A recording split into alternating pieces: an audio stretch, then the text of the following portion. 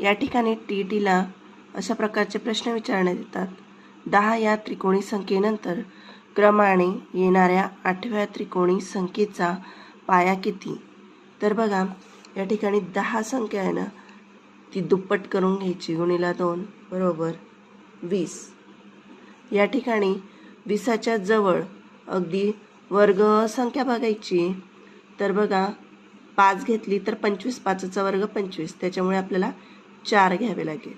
म्हणजे या ठिकाणी 4 आणि 4 नंतर 8व्या 4 अधिक 8 बरोबर 8 आणि 4 12. तर या ठिकाणी आन्सर येणार 12.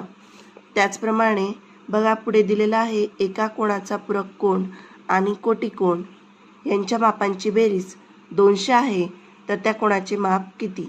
तर बघा पूरक कोन म्हणजेच 180 वजा x